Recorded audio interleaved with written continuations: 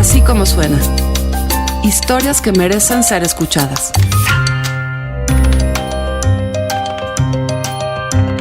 Jefes de Jefes, por Diego Enrique Osorno. Narrado por Diego Luna. 1. El juicio a Joaquín Guzmán Loera en Nueva York resultó a veces tan revelador como una comisión de la verdad, otras poco verosímil como un talk show latinoamericano. Una de las interrogantes que sembró este proceso judicial es la de que el famoso criminal apodado El Chapo no es en realidad quien ha movido los hilos del narcotráfico todos estos años, que el poder detrás del trono ha sido siempre su socio y compadre Ismael Zambada García, un capo de bajo perfil conocido como El Mayo, quien lleva medio siglo dedicado al tráfico de drogas ilegales sin haber pisado nunca una cárcel. ¿Por qué un hombre de más de 70 años de edad, nacido en Sinaloa, fue señalado una y otra vez por la defensa del Chapo como el auténtico jefe de jefes de la mafia? Para intentar responder esta pregunta, hay que regresar a finales de los 70, cuando todavía funcionaba el monopolio del poder presidencial en el México del PRI. En el siglo pasado, un solo partido gobernaba el país, como una gran familia que invocaba la revolución de Pancho Villa y de Emiliano Zapata para imponer cada 6 años al presidente en turno. Por ese entonces, al mundo del narco también lo dominaba una sola organización: el Cartel de Sinaloa. Es verdad que antes hubo traficantes famosos como Rodolfo Valdés el Gitano y Pedro Avilés, León de la Sierra, pero fue Miguel Ángel Félix Gallardo, el jefe de jefes, el primer líder que administró como una empresa esta actividad ilegal. Fue Félix Gallardo quien dejó atrás la idea de que quienes dirigían el negocio en el noroeste mexicano eran miembros de una plutocracia regional caricaturizada en el imaginario popular por sus botas y sombrero vaqueros.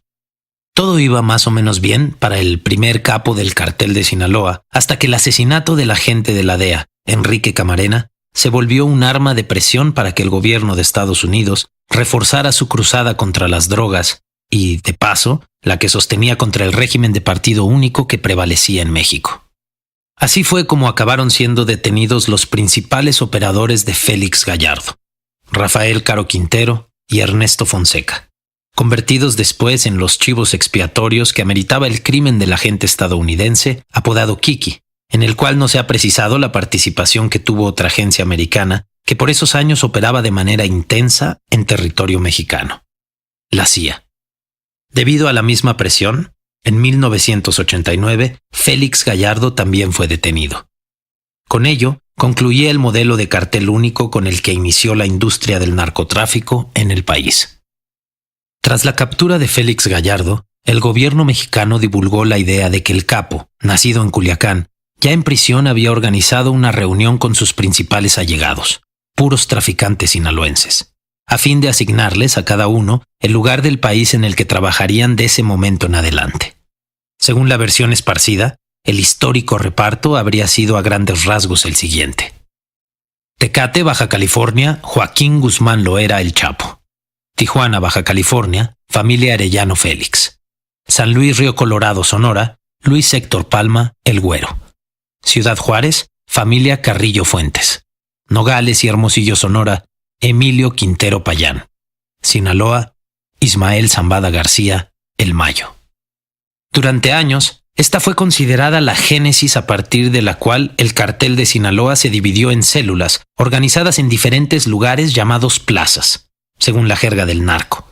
Sin embargo, cuando entrevisté al propio Félix Gallardo para mi libro El Cartel de Sinaloa, una historia del uso político del narco, el capo me dijo que tal cosa sí había sucedido, pero que quien había convocado a la reunión y había asignado los lugares de trabajo habría sido Guillermo González Calderoni, jefe de la Policía Antinarcóticos al inicio del gobierno del presidente Carlos Salinas de Gortari.